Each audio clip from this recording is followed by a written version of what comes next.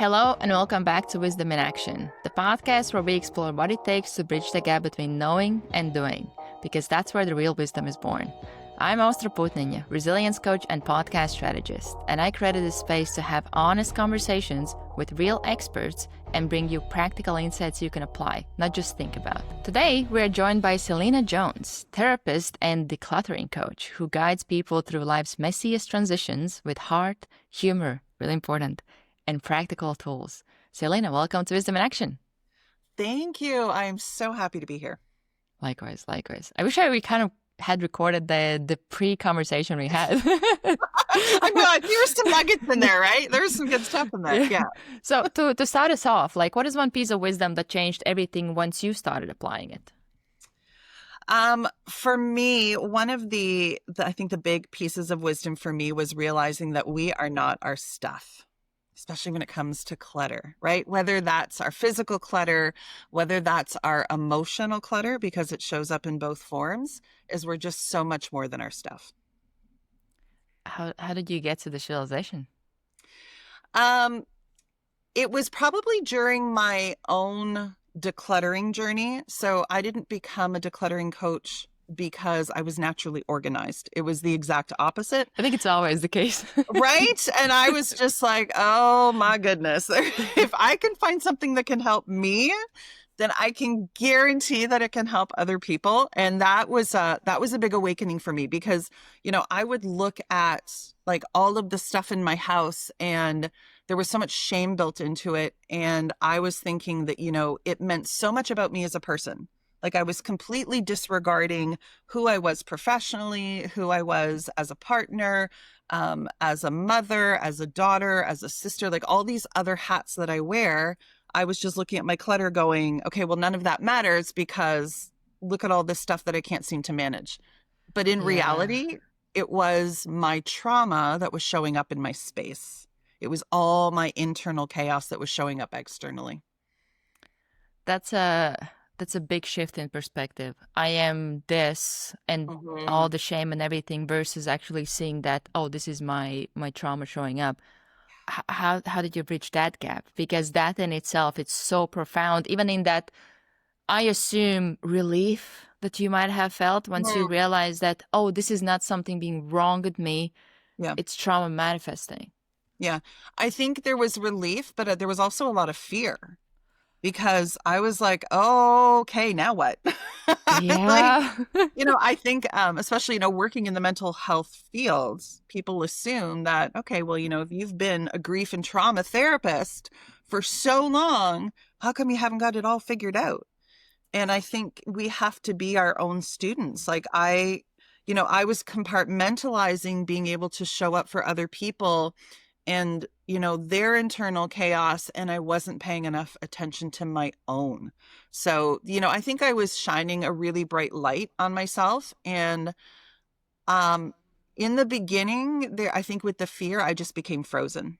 I was like, okay, I now have this knowledge, but I don't know what to do about it because I don't know who to ask, right? Like I can, I think every therapist worth their salt has their own therapist, like we all do. It's kind of like a joke. That's how you make it. Like I was like, ooh, I knew I made it in my career when I became a therapist to another psychotherapist. So, for me to be like, okay, but clutter, like what do you do with clutter? What is that? Where do I start?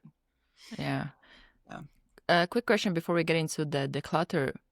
What you just described, I call it stuck in awareness, where you're really aware, and which awareness, we can't do anything really until we become aware. But there's this moment when you become aware of everything, and it can be overwhelming because in that moment you don't know what to actually do about it or how to navigate it. You just see all the mess, and it's not just like the physical mess; it's everything you see internally. Yeah. How do you have any advice to people listening how to navigate that? Because it can be really overwhelming. Yeah. And that's actually where I was going to go with that. It's overwhelmed. So when we get overwhelmed, our brain, we shut down. We all do it, right? And so it's because our brain fills with a stress hormone. And when it's, swimming in cortisol, we can't make clear decisions. That's why we shut down, we avoid, we like doom scroll on our phone. We all of a sudden find the time to do every other task that we've been putting off other than the one that we really don't Yep. want to face, right? So in moments like that, I think that it's really good to change the energy of the space. So if we're going to get overwhelmed, first of all, we have to remind ourselves that our feelings are not facts. That's the thing. Like we think, okay, I think it and I feel it. It's factual. But really all it is information. So if we're overwhelmed and we've got that cortisol just swimming around in our brain, then sometimes we need to go to another room, go take a walk, drink a glass of water. My favorite is to use music. It is really hard to stay stuck and sad and fearful if you're playing upbeat music, right? So in my communities, they know me for what I call my kitchen dancing. Like, because there's a lot of things in my kitchen I just don't enjoy doing, like the dishes. But, like if I'm putting on ABBA, like you cannot stay stuck while listening to Dancing Queen. When you wash your dishes, I mean, it doesn't make the dish pile any smaller, but it makes it feel more survivable, right? So, if you put music on, just shift that energy, open a window, right? Like get some sunlight and just remind ourselves that, like we can choose to stay stuck and never face the difficult thing, but that thing is going to wait for us, right? So if we take one small action, I call it just focusing on the next right thing. So in this moment, what is the next right thing? Is it that I'm going to, let's go back to the kitchen scenario. My kitchen is just, the counters are full, the sink is overflowing. So you know what? I'm going to go in and I'm going to wash 3 dishes. And that's all I'm going to do to start. And then after those 3 dishes, I'm going to ask myself, can I wash another 3 dishes? Right? Because the hardest part about getting something done is that we think we need to feel motivated. It's the getting started part that's hard. But once you get started, once you're in motion, it's easier to stay in motion. So it's the task initiation that we're struggling with, right? So we just need to get up. And if you tell yourself, I like the 3 rule. Can I make a decision about 3 things? Can I wash 3 dishes? And then you go from there. Yeah, it's something that it's really, I have experienced this so much, even like in my life or work that I'm doing. I'm calling it baby steps. I don't call them habits. I call them baby steps. Wow. So it's even like with identifying, this is a good example, even like with the clutter. But it's like anything, any kind of goal in your life. A lot of times we feel overwhelmed just with the size of it that we see, instead of breaking it down. And it's like, what's in front of me that I need to do right now, today, that will take me one step closer. And it can be as simple as, like my friend had a brilliant one with reading. Open a book. That's it. Right? Yeah, you don't even have to read anything. And it's so funny because our brains go, okay, well, that's not going to get me anywhere. Exactly. But like opening the book, if you want to read, opening the book is one step closer than if you avoided the book altogether. Yeah, and that in itself is kind of like a new pattern shift. You're starting a new behavior, even if that behavior isn't necessarily leading you anywhere, but it's something new. So there's like changes happening. Actually, with this, I'm really curious on your perspective on it, because it's something that I have seen so much, and I have lived through it until I accepted the power of baby steps. Which was about, well, if it's not big enough, or if I don't get it all done, like it doesn't count, it's not good enough, like this whole like thinking that we might have of how the size of the task that we do is much more important than the consistency of the small tasks that we do day to day or week to week, month to month, year to year. So there's 2 schools of thought that play well together. One is that, I don't know if you're familiar with the book Atomic Habits by James Clear, 1% change. So he talks about the people that have whatever their goals are, whatever they want to accomplish, the people that stand the highest chance of long lasting change their behavior every day by 1%. So as human beings, we're kind of going, no, I need to make a 75% change. I need to make 100% change because if I don't, I'll never be successful. It'll never work. And then what plays into that is that our brain was not built to be our best friend. So our brain is meant to survey the environment and protect us. So that's what I call saber-tooth tiger mode. It's like, I'm going to look for the saber-toothed tiger. I'm going to be here to protect you. Now, thankfully, unless science does something wonky, we don't have to worry about roaming saber-toothed tigers. But our brain will look for all the ways that it can protect us. And a lot of times that's by holding us back. It's like, well, you can't take too big of a risk and you can't overwhelm yourself. And so instead of listening to our brains, we actually need to talk back to it. We actually need to say, okay, you know what? I'm good. Thank you. But I'm still going to go and do the thing, or I'm going to try the thing, because 99% of all the choices that we make are survivable choices. But our brain goes, oh my gosh, what if this bad thing happens? And what if this unpredictable thing happens? And I think we kind of then have to reframe it and go, what if I actually get something done today? What if I'm successful? What if it's not as hard as I think it's going to be, or it's not going to take as long as my brain says it will? Like if I look at my sink full of dishes, my brain goes, oh, you don't have 3.5 hours. But in reality, there was one time I timed it. It took me 22 minutes. Yep. 22 minutes to have a clean sink. Everything was like literally rinsed off, scrubbed down, put in the dishwasher, and then it was all clear. And I had to remind myself that if I empty the sink, that's a gift for future me, because I'm setting my space up for success. I'm curious, like, what is it about it that, especially the tasks we don't want to do that we know are good for us, we make them seem or feel really hard, but also we overextend the period of time that we think they're going to take to get done. I have seen this so many times with myself, with like daily tasks that I write down that I need to do for like the business or anything that I'm working on within myself.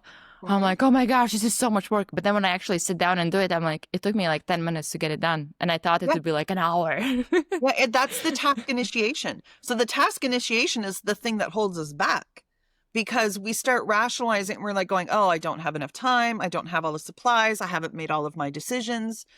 But the people that work towards success and have more success, whether that's business success, relationship success, decluttering success, it's the people that take massive action.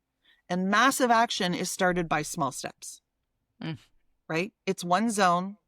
It's, sitting down to write, one entry on a blog. It's sending one email. It's putting one post out there. It's decluttering one zone. Right? Like if your kitchen counters, if you can't even see your counters, what area could you work on in a kitchen that's going to serve you? Maybe it's the spot where you make your tea and coffee every day. Right? Because I like to be selfish. If I'm going to start something I don't want to do, I need to make it serve me. I'm like, doesn't matter about anybody else in my house. How's it going to work for me? And so that's actually when I was on my decluttering journey, when I started in the kitchen, I was like the place where I make my tea every morning, because that started my day in a peaceful way, right? And that's the energy that I wanted to carry forward. I wanted to start with a peaceful morning, to feel really grounded, so that way I can show up for whatever else is asked for me during the day. So with the starting the journey with the declutter, I'm curious on what's your advice there, even if it's with starting the baby steps, how to navigate that. It's not just clutter, but I want to stick to the clutter, where as you take those baby steps every day, like those 3 tasks or 3 things that you maybe throw out or clean or whatever, and every day as the time passes, it seems like nothing is improving. There's still so much to get done, so much to clean that can kind of re-trigger those negative emotions or negative kind of associations we might have about ourselves when we see all the environment. Plus, oh my gosh, this will take forever. What's the point anyways? And you have all these, or like you have done it for a week. Oh my gosh, dishes are back there again. How to navigate that when it's kind of like you're in this pain, and it's not like you're gonna get out of it overnight, and we want to be out of it like yesterday. Yeah. So when we start something, I call it a routine of conquering and defending, because it makes me feel like a superhero. I feel like I'm channeling Wonder Woman. So if we're going to conquer a space, right? So we've been using this example of our kitchen. So we have the spot where we make our tea and coffee. We're going to conquer that. And then every day, check in with it to defend it.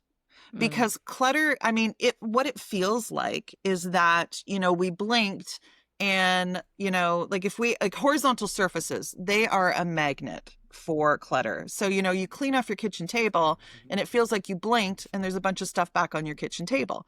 Now, we like to tell ourselves, okay, so it feels like something that I put down on my kitchen table sent out a party invitation overnight and all the other random things came to hang out.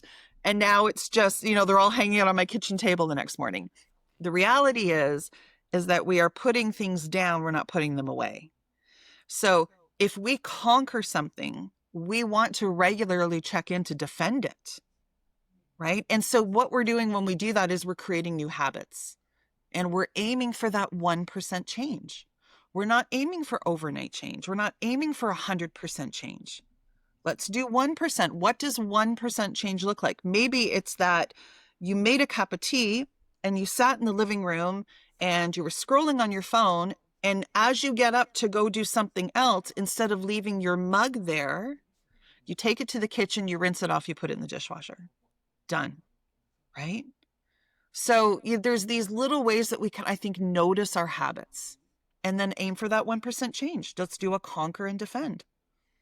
I actually love that idea about protecting your space that you have cleaned out. Like I think it's something which is another thing I wanted to talk about is that thought of like making it fun or making it instead of like, oh, it's like this again. It's like, oh, I have more monsters to defeat today, or whatever might be whatever might be the case. It makes it more fun, and it also kind of reinforces this positive identity of I'm the protector of this space instead of, oh, look at me again, this happened. Can you talk about the importance of the fun when it comes to going through this journey? Yeah. So, I mean, like, again, for me, it's music. And when we change our energy, our internal energy, we change how we show up to a task.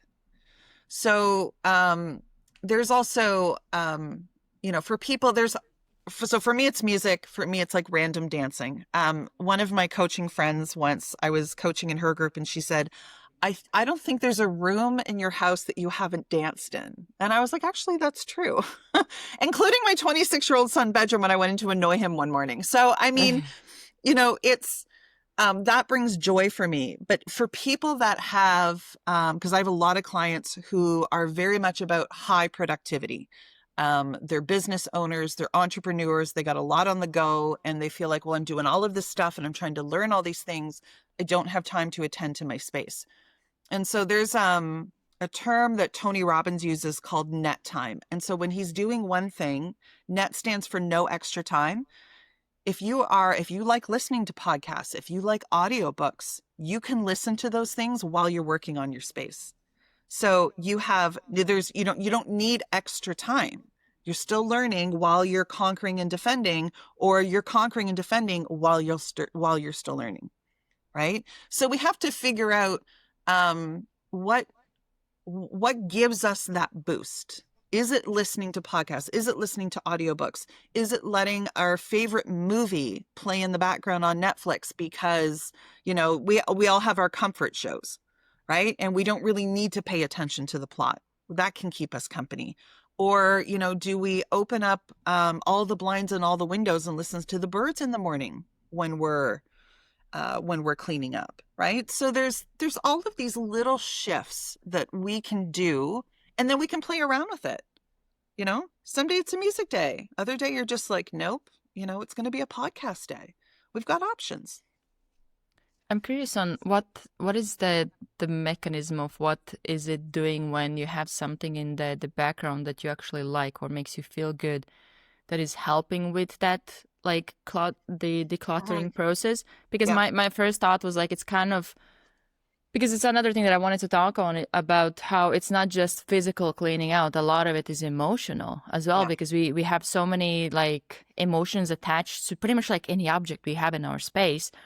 And is that something that I think it's similar to like, I had somebody share with me that they would go to like this sand therapy and like just playing with sand was helping to kind of share more or be more open instead of just like sitting and being in yourself, in your body, which would like have some blocks. Is that also like playing some role when it comes to the clutter stuff? Yeah. And I think one of the things that's so important is sometimes we just need to give our brain a job.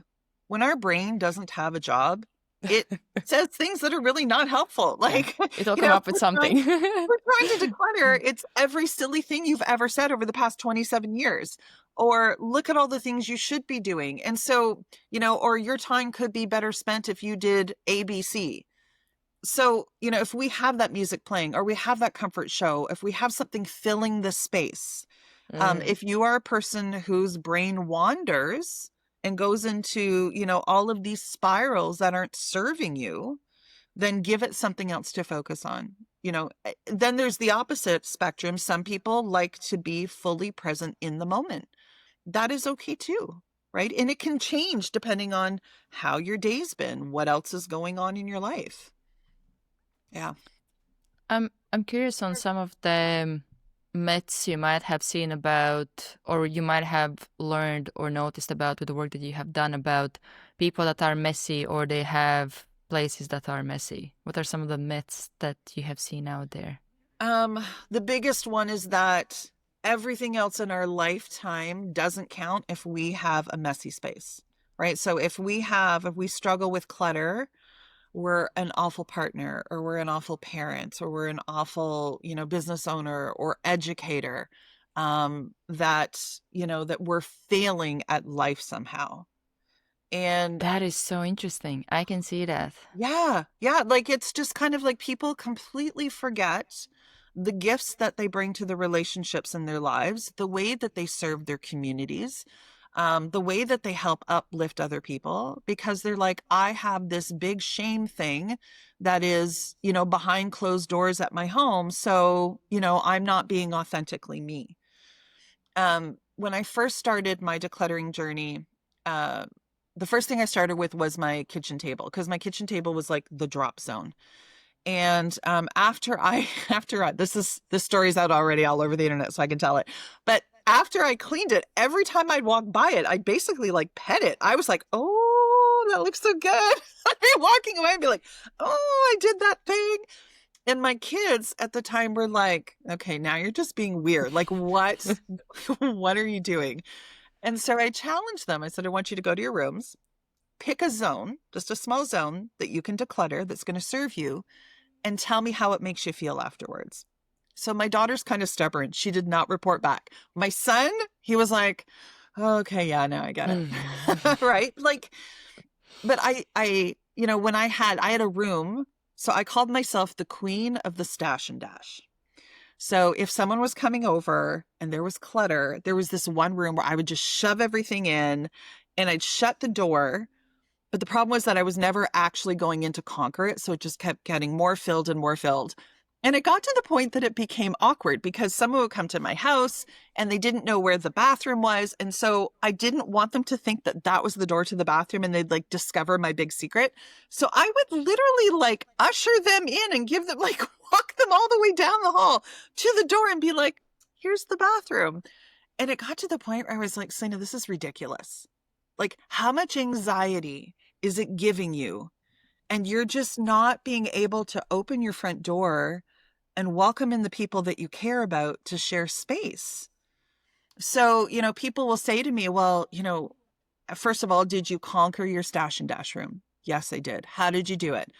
They're like, where did you start? I said, honestly, I started right at the door because it had just gotten so full.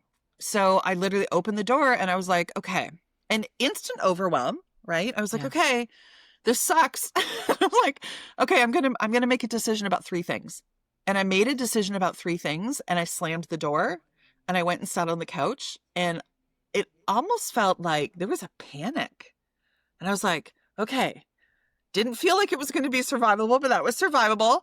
Okay, I'm going to go back in. I'm going to do 3 more things. And that's literally how I worked through the space, right? And now it's a guest bedroom. Like it now and I kind of love there's almost like poetry in that because there was this realization that I couldn't have people over. And then I ended up dealing with my clutter and creating a space specifically that can be filled by guests. Actually, what you just shared, it's something that I have said it several times. Even if people listening go back and listen to all that you said, but they look at it from perspective of that house, that room is what we do with ourselves. We shove everything that we don't want to see, we don't want to address. I Mhm. literally always say, like, we all have in our houses this like one room, nobody can go in there. Yeah. We just put Yeah. all the stuff in there. And it's the same that we do with ourselves. We stuff all the stuff we don't want to look at it, we don't want to address it, we just want to put it away. There's a lot of shame but we know it's there. We Yeah. know that it's there. Mhm. And a lot of times the hardest first step is to actually open that door and look at it. Even like with what you just explained, it's such a perfect example of you look at all the stuff, which like, well, one is you open the door, and the second I use the light switch example as an awareness. You turn the Yeah. light on, and now you see it, and it can be Yeah. so overwhelming to actually see it. And sometimes it can help to literally just you're not even in the room. You step right next to the door, you sit there and you just look at it. That's the first step a lot of the Yeah. times, just to Yeah. look at it and Yeah. kind of sit with anything that comes up because it is really overwhelming. And then to what you said, like step by step, you slowly work through it. Um, do you have any, when it comes to the working through it, how to navigate the emotions that might come up? Because I think a lot of times, even if somebody's moving, it can be so exhausting, not just Mhm. physically. Yeah. Actually, I think it's more so exhausting emotionally. Yeah. Yeah. Yeah. I mean, the physical stuff, it's just steps, it's decisions. So I like to say that, and this is something that I'm constantly reminding people of, is that the only thing that clutter is, right? So we've discussed that clutter doesn't mean anything about you as a person. So the only thing that clutter is things you haven't made decisions about yet. That's it. Hmm. That's all it is. So are we capable of making decisions? Yes. Are some of those decisions really difficult? Also, yes. And a lot of it is because it's something that you touched on earlier, and that is that it's tied to a lot of times to certain identities that we've had throughout our lifetime. So as we age, we go through these different cycles in our lifetime, and we've had different careers and different relationships and different passions. And we have a tendency to want to hold on to all the things that represent things and people that we love. And then the clutter starts to build, right? And so it's good to remember that as we're making decisions, especially if it involves people that you care about, right? If you've had loss throughout your lifetime, is that letting go of something that is associated with somebody that we loved does not let go of the memory. And that whole experience with that person still existed in time, right? So there can be a fear that if we let go of something, that we will forget the memory that's attached to it. And the hard truth about that is that's kind of the way that it's supposed to go in life. Like our brain is not meant to be a storage unit. It is not meant to hold on to, every positive thing and everything that we have loved most. And sometimes even anger. It's not meant to hold on to all the anger. So we can acknowledge the relationships and the experiences while still looking at our space and asking ourselves, are the things that I'm keeping, is that representing who I am now? And that's not to say we have to let go of absolutely everything tied to a past identity, but we also don't need everything of that identity to be valid in who we are right now. What is it that makes it so hard to let it go? Or like, what is it that is getting in the way of that letting go? Because I think it's something that I think like most of the things that we have discussed, easier said than done. Yes. Or what has it that has helped you or people that you work with that letting go? Mm. And Uh, especially with letting go, it's not just letting go of the memories, it's also what you said, like letting go the emotion as yeah, well. the emotion, the identity. We have to remind ourselves that it's a survivable feeling. So the thing is, being human beings, we love it when the decisions that we make feel awesome. We're like, okay, then I'm making the right decision. If we are making decisions about letting go of things in our space and it doesn't feel good, we automatically judge the decision and be like, okay, well, I think I'm making the wrong decision. So right decisions can also be uncomfortable decisions. So, we have to look at, if you look at your space as prime real estate, everything that you choose to keep, you are saying deserves prime real estate within my space. And sometimes when it comes to letting go, we have to practice adjusting to the feeling of letting go of something. That can be new, right? Like, how does it feel? Okay, it feels uncomfortable. And Okay, so we scary. can still make the decision and then sit with the uncomfortableness to remind ourselves that it's survivable. How to get comfortable with those uncomfortable feelings, or how to even, which is something that I had somebody ask me, like, how to feel those emotions. Because a lot of times we automatically maybe have created these patterns of like suppress or avoid or numb or whatever might be the case. How to actually feel them as they come up.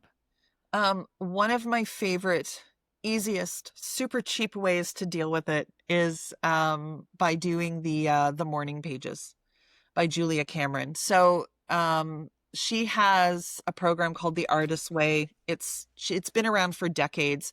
One of her practices is that every morning she gets up and she writes 3 pages, pen and paper, longhand, of every random thought in her head. It's not about journaling. It's not about it being pretty or poetic or having really nice handwriting. It's just you write everything that's in your head. And usually by the 3rd page, you will get to the root cause of what it is that's holding you back. My favorite example, I was having a whole lot of feelings. My kids were young. And I was writing about how much I hated laundry. And when we talk about not poetic, it literally was for like 3 pages. It was like, I hate laundry. Laundry's so stupid. Laundry takes up too much time. Why am I the only person doing laundry? It was just like, I hate laundry. And sometimes it just was the same thing. I hate laundry. I hate laundry. I hate laundry. By the time I got close to the 3rd page, what started coming out was that it wasn't that I hated laundry. It was that I felt like I was always the one doing the laundry and I was tired. And so I think my kids at that time were 2 and 8. And so I was teaching then my 8-year-old how to do their own laundry. Just they needed some supervision, but they can use a washing machine and then they can put their clothes away. And my 2-year-old would help to throw things in the dryer. And then I would give her a laundry basket of her clothes and tell her to put them away. So I had to let go of what putting away really looked like. Her drawers were a mess, but she was so proud of herself. And all of a sudden I felt like I had more support, right? So the morning pages is a place where nobody else reads your words. So if you have these feelings, it is better out than in, right? We need to get it. We need to get it out of our heads. Put it on paper. And then it's kind of like less emotional baggage that you're carrying. Which we have plenty of. Oh my God. In droves. Yeah. And we manage to find more every day, right? But the thing is that your feelings are like your clutter. It doesn't go away on its own, right? We have to sit with it. We have to be aware of it. We have to make decisions about it. And we have to stop judging ourselves in the process for it. How long did it take you to get out of that like clutter space, or what were some of things that in your journey you feel like helped you the most with creating the space that is like you go through your kitchen, you're like, yeah, it's clean. How does one get to the point where they pet their kitchen table? That's the goal. I think the big thing was realizing that decluttering is not an end game. It is not a one and done. You don't just do it and never have to do it again, right? And that's what we expect. We expect, okay, well, I'm just going to do this, because a lot of people, they will do like this massive 3-hour decluttering. And I just call it a binge, right? You do this big binge and then you're frustrated because 3 weeks later, the clutter's coming back. And again, it's because you're missing out on that 1% change. 1% daily change is what helps you build new habits. If we just do a binge, it feels great in the moment. I'm not saying that there's not, some good self-worth attached to that. I love it when, people feel good about it. But if you're not changing your habits, you're going to fall back on old habits, right? Like we are as strong as our systems are. So if we are just, cluttering something up and then binge decluttering, we haven't developed a system to help keep the clutter at a manageable level. And I think too, realizing, especially for people that have mental health struggles, if there are spaces in your home that you are normally pretty much on top of, and then all of a sudden they're getting out of control, what internally is out of alignment, right? Because I know that, like, for me, when I was dating my husband, I was like, if you ever want to know on how I'm doing internally, look at my favorite places in my home externally. If they're chaotic, there is something going on inside, right? And so one of the beautiful things about decluttering is that then when we start handling some of our clutter, it actually helps our mental health. And as we're working on our mental health, it helps control the clutter. Like they are so deeply connected.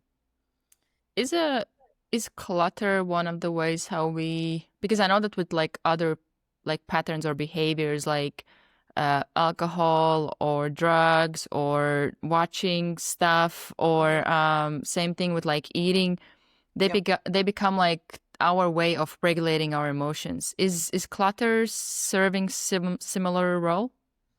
Um, Or I it's more think, like kind of it's an express, or it gives you like an image of where you might be internally.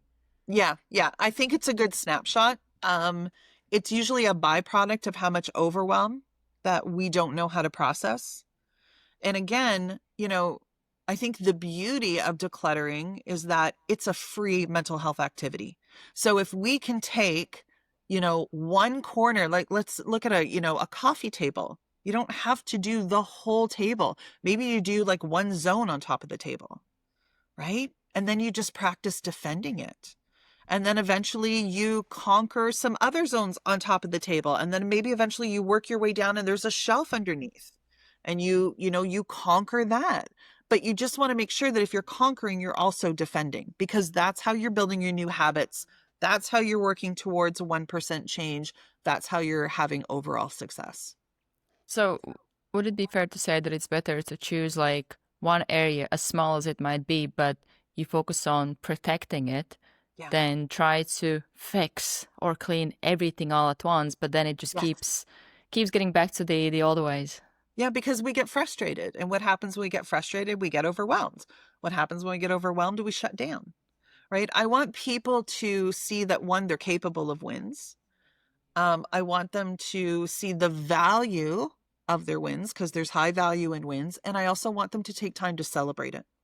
Because, I think, in the vast majority of cultures, we're raised to believe that a win doesn't matter unless you hit the finish line, right?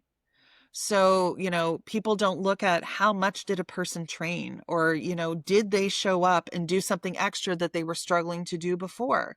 It's not just, did they get a gold medal? It's all these little steps leading up to it, and they all have value. So it's worth, we do have to take time and be like, okay, maybe my whole living room is it's just, chaos. It's a chaotic mess. But I found part of the top of my coffee table amazing, right? Like that matters. That is worth celebrating. That's important. It's an important part of the journey. It's not just about getting to the finish line. Yeah, and even with that, I think especially as like if you're a parent, I don't think there's any finish line with that.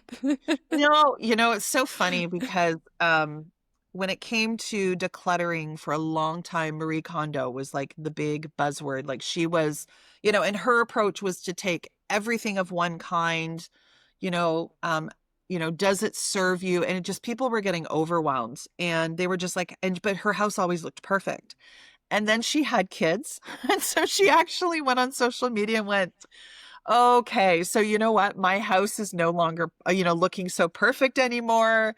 It is chaos sometimes. It is overwhelming. And so she changed her approach. And then, because a lot of people were trying to live to this standard when they had such different lives than she did, right? And so the person we compete with the most just needs to be ourselves. the competing against other people's, other people's journeys, that's not a fair fight, right? We can look at someone's house and be like, oh my gosh, their house is always perfect. Like my aunt, her house always was, she could have anybody in at the drop of a hat. She knew where everything was. It was, she never was dealing with clutter. But what people didn't see was that that was her way of dealing with overwhelm. She became like super strict about what she had and how much she had. And, she would think and constantly this happened. She'd be like, oh, I don't need the thing. And she'd throw it out. And then like 2 days later, she really realized she needed the thing. So hers was to the opposite, right? Like that was the extreme in the other direction. But for someone who's struggling with clutter, they'd walk into her house and be like, oh, well, she can just keep it perfect, right? But they didn't know this is a woman who was on her 5th cancer journey. So she had so much going on in her personal life that in her home life, that was how she felt she could keep control, right? So our journey is our own. We don't need to compare ourselves to anybody else. Question I have on the chaos: how to embrace the chaos of life? Because I think one thing is that our brains love certainty and familiarity, which is not always, it's not something that life will provide us at all times. Yeah. How to embrace that chaos and things that we just can't control?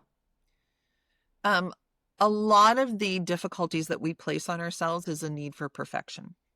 And so it is beneficial if we remind ourselves that perfectionism is the lowest bar you will ever set for yourself. And that is because you will never reach it, right? Like how many times do we set a bar and then we almost reach it and be like, oh, well, it could have been higher and it could have been higher and it could have been higher. And you get to the point where you've set such high standards for yourself that you would have to be an Olympic level pole vaulter to attempt to clear it, right? And that's not regular everyday human beings.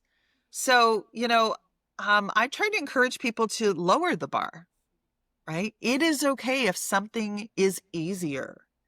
It is okay if you work in small zones, in small chunks of time. You don't have to give a whole entire hour of your day to decluttering. If you just did 10 minutes a day at the end of the week, that would be over an hour of work, right? So we actually do have the time. And when we get overwhelmed, we know that we can shift the energy in the space and we can check in with ourselves. And there will be times where we do say, yeah, you know what, I can do some more. It may be a day where you go, you know what, I don't have it in me. And then this is the catch, is that we don't shame ourselves for doing 10 minutes and then deciding we're not going to do any more that day. We celebrate that we showed up for 10 minutes because our brain finds it so much easier to return to something that is pleasurable. Your brain wants to avoid pain, right? So that's why, like we talked earlier about changing the energy in the space, right? Putting on your comfort show while you're working, listening to upbeat music and dancing around, whatever that looks like for you. You're attaching this activity that you find stressful and overwhelming to something positive to help train your brain that good things will happen when we build this new habit. Do you have any advice with the consistency and staying consistent with the habit? So consistency is going to add up to your overall change. That's going to keep moving you closer to whatever your goal of success is within your space, right? So there are times that we are going to fall off the bandwagon because we're human beings. I mean, that's just normal, right? So we're not going to shame ourselves for being a human being. I mean, even me as a therapist, as a decluttering coach, do I lose track of my space sometimes? Absolutely. And then if I go look in my date book and I look at what my schedule's been like lately, I'm like, oh, okay, maybe I was over giving to this one area and forgetting that I needed to give to my space, because giving to my space is giving to myself, right? Decluttering is a form of self-care. We look at it as drudgery, right? But it really is helping to take care of our space. We want spaces that whatever is asked for us in life, it's a safe place to return to, where we can relax, where we can decompress, where we can do some healing, where we can be creative, where we can connect with people and things and places. So, I think we need to move move it higher up on the list of priorities and realize that that's going to help us overall, not just help our space, create a healthy space, but also create a healthy us as well. Yeah, and I think the big shift there is what we associate it with. Yes. Because if it is seen as self-care, it's like it's more likely you will want to do it instead of this chore that you have to do since you were a kid and it was never enough, or it was like this boring thing you had to do. Right? Yeah. Like, I've had clients that be like, well, I remember that my mom used to have us, do all of the house cleaning on like Wednesdays after school.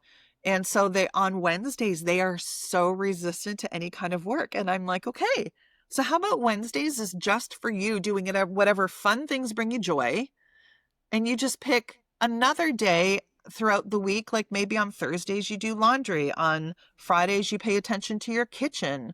You take the weekend off, or, you run errands, get your grocery shopping done. On Mondays, you check in with your bedroom. Like there's all these ways that we can build routines that feel sustainable, that feel like, instead of it being drudgery, that they're things that support us, that they're, supportive and nurturing. And then we can, if it doesn't work for us, we can change. It's not a matter of, okay, I tried the thing, Selena, it sucked, it didn't work, I'm done. Okay, well then change it, right? Try something else, see what works for you. I love it. I feel like this is, we're barely scratching the surface. Right? Yeah. Before I ask you the last question, where can people connect with you, learn about you and what you're doing? Yeah, so please check out my website. It's decluttertalk.ca, decluttertalk.ca. And I've got groups on there. I have a free email list. I write to my list religiously every Wednesday. So, come and hang out with me in my space. I'd welcome that. Love it. And last question, what is one piece of wisdom you're still learning to live? Oh gosh. That is how to find more stability in my life. I'm not a big fan of the word balance. Balance means all things being equal. And when are things ever always equal? So it's stability between, my self-care needs, what I still do as a mom, what I do as a businesswoman, how I support my clients. And it can get tricky for me because I love my work. I love my communities, but I have to remember to give to myself first. Love it. Well, Selena, thank you for coming on, sharing your wisdom. And to all of the listeners, if there's any experts out there who also want to come on the podcast, there will be in the show notes information how you can apply. And if you want to start your podcast, need help managing your podcast, or want to get on more podcasts yourself, there will be details below as well. Thank you for tuning in, and we'll see you in the next episode.